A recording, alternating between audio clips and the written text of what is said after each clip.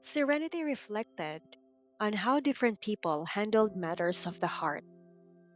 Elisa, with her decisive and straightforward personality, could cut ties quickly when love turned hopeless, never allowing herself to linger in unnecessary pain.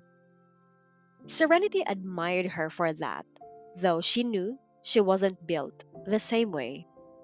She remembered her own early struggles with Zachary, how betrayed she had felt by his initial deception, how she had even filed for divorce in anger. Yet deep inside, her heart had remained tangled. Emotional battles were never so clean for her. Elisa, however, embraced her clarity of heart. To her, there was no need to compete for a man's affection. The world was full of good men, and one would surely be meant for her. She carried no fear of being alone. Her confidence and cool detachment made her the kind of woman who could walk away with grace, never losing her dignity. Still, Elisa shared Serenity's curiosity about Evan. His erratic treatment of Abby had stirred the circle of women, and Elisa urged Serenity to call Zachary so they could push Evan toward accountability. Elisa, much like Jasmine, had developed a fondness for eating melons, observing dramas unfold in others' lives. For them, it was a mix of entertainment and genuine concern for fairness. Serenity placed the call, and as always, Zachary answered with warmth in his voice. His gentleness stood in contrast to the cold image he once showed to others. Elisa, overhearing, couldn't help but marvel at the transformation. Once, she had thought Zachary aloof and unfeeling, but now she realized he simply reserved all his tenderness for Serenity.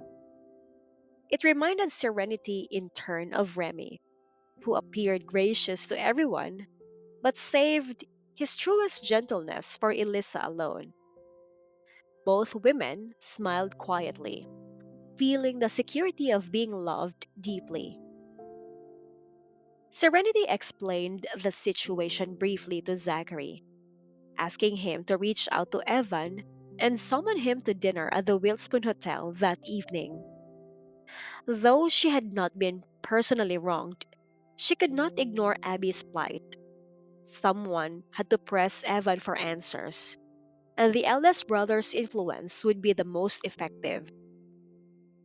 Zachary, protective as ever, initially worried that Evan might have upset Serenity herself. His instinct was to shield her, even to the point of involving their elders if necessary. But when she clarified that the matter involved someone else's unhappiness, his tone softened. He promised to call Evan immediately and get back to her once he had news.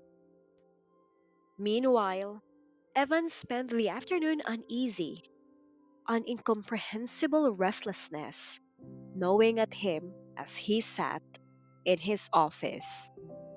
The documents on his desk blurred before his distracted eyes, and a threatening feeling settled over him.